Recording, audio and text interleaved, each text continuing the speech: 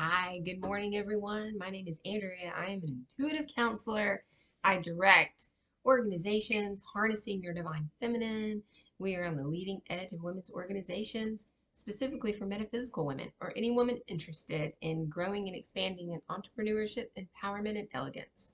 So I work out of Atlanta, Georgia, and I'm available for in person or online or over the phone readings. My information is on my website and how you can get in touch with me and how you can make an appointment with me because I love all my clients and students deeply from the bottom of my heart. So I love to hear all the stories. So bring them on. Ask me questions. Ask me anything. Completely confidential. And also, please click the subscribe button. If you want to support me or any YouTuber, just clicking that subscribe button is a huge support for us. Thank you so much. And thank you for listening today. Today, we are going to talk about asking for what you really want in life. Like, are we asking for what we really want, or are we asking for what we think we should want?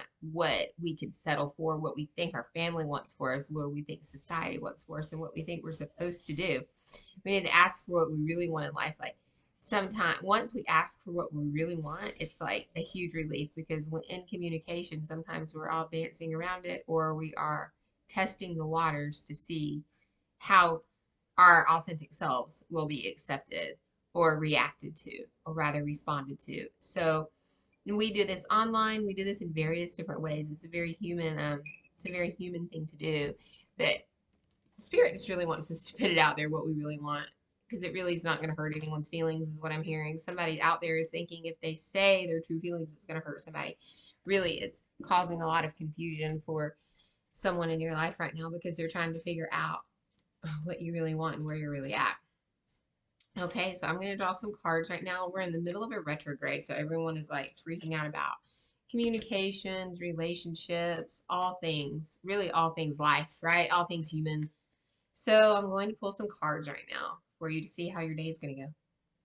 Queen of Swords. I really like the Queen of Swords. She's happy. She's in her power. She's like, she's got her sword. She's got her weapon. She's like, okay, but she's not using it. It's close to her. She's holding it.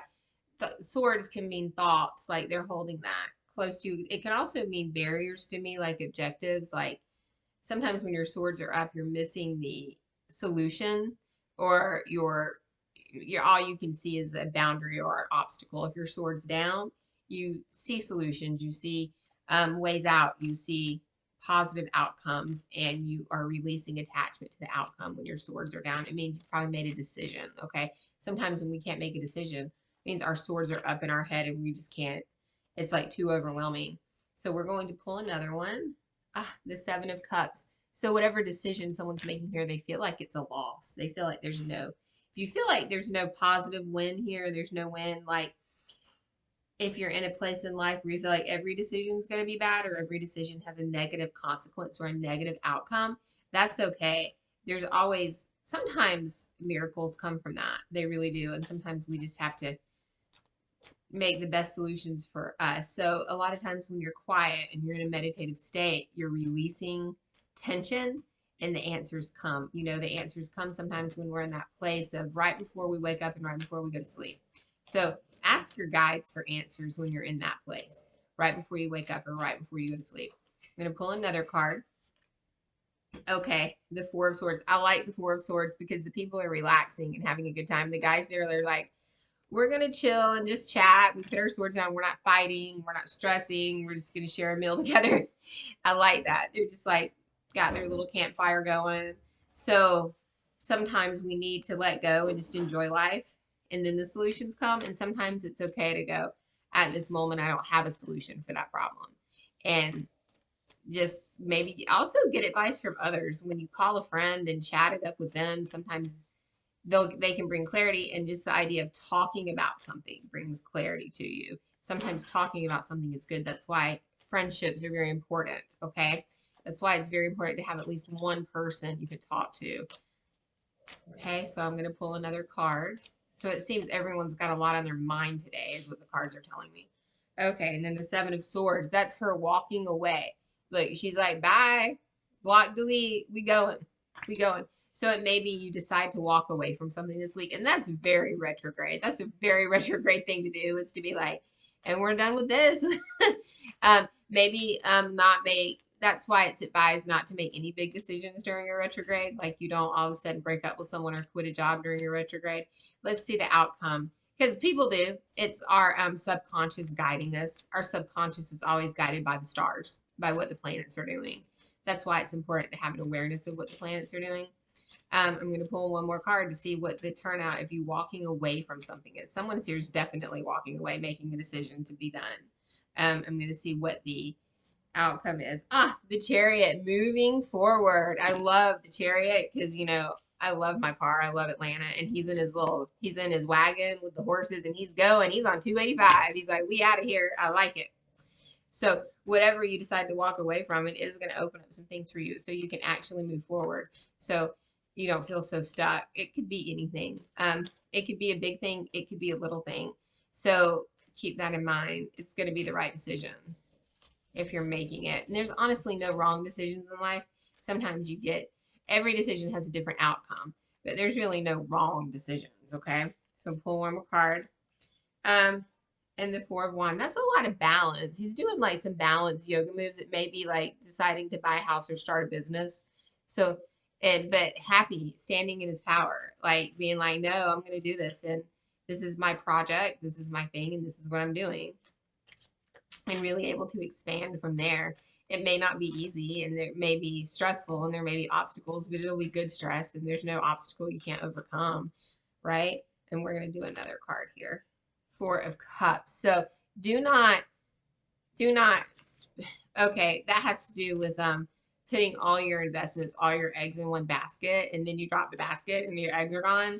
So don't put all your eggs in one basket, is what I'm hearing with this. Whatever the situation is, we're not putting all of our eggs in one basket. You're still going to figure out what are your other options. They want you to have like 3 or 4 backup plans for this adventure, whatever you're taking on, 3 or 4 backup plans, okay?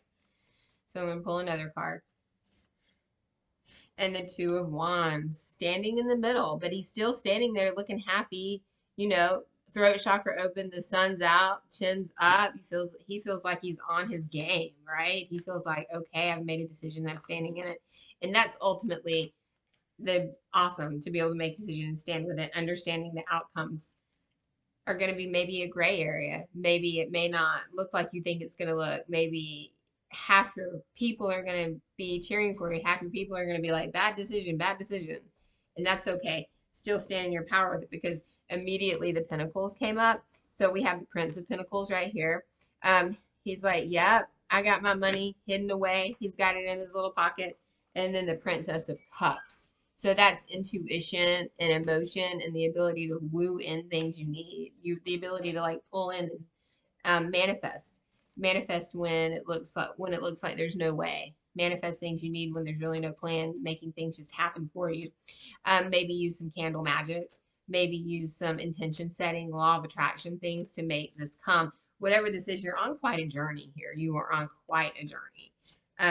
And then the Five of Swords, relax, okay? Relax. Maybe also there's a bit of entrapment there. There's a bit of like, well, I don't know what I'm going to do, but I'm hearing be careful of what kind of contract you sign. Be careful. I'm hearing that this contract you're going to sign is negotiable more than you think. They're going to say, I don't think this contract's negotiable. It is. Like if it's a 5-year lease, be like, you know, I'll do 2, right? So think about it like that. And then Judgment, you're going to make clear decisions and you're going to move forward. You're going to get yourself out of the muck, the stuckness. You're going to get yourself out of the stuckness, and that's going to be amazing. That's going to be so good. And then the King of Pentacles, you're going to be able to negotiate well with this project, this new adventure that you're on, whatever it is. You're going to be able to negotiate things. You know, I really feel like that everything's going to work out in your favor. You're really tossing in all your coins to take a risk. You're rolling all your dice here is what I'm getting. And I like that you'll put yourself out that way. Just have several backup plans. Okay, so I'm going to pull one from the Harnessing Your Divine Feminine deck. Look, a disturbance is coming. A big change. It may not be bad, but it's a big change. And it's going to affect your plans for life. It's going to affect how you do things. And then we've got the sun is going to come out after that. So light balances dark, day balances night. Pay attention to the cycles and you will be able to be more successfully balanced in all aspects of your life. Whatever project you're doing is going to come out with a better work-life balance. You're not going to feel like you owe your soul to a company or a corporation.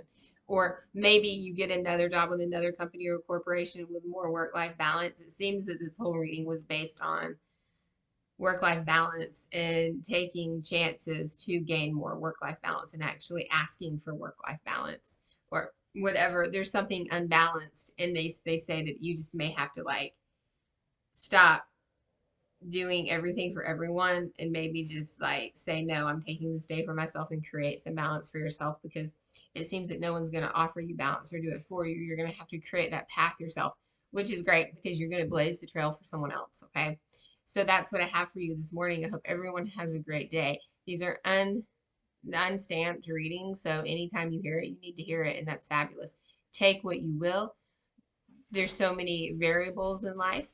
This may apply to some, this may not apply. With any class, workshop, or seminar that you take, you're going to like some of it, you're going to not like some of it, and that's cool. But if you like this, please subscribe and share to your friends. Remember to check out my website located in the description box and click that subscribe button. Thank you. Namaste.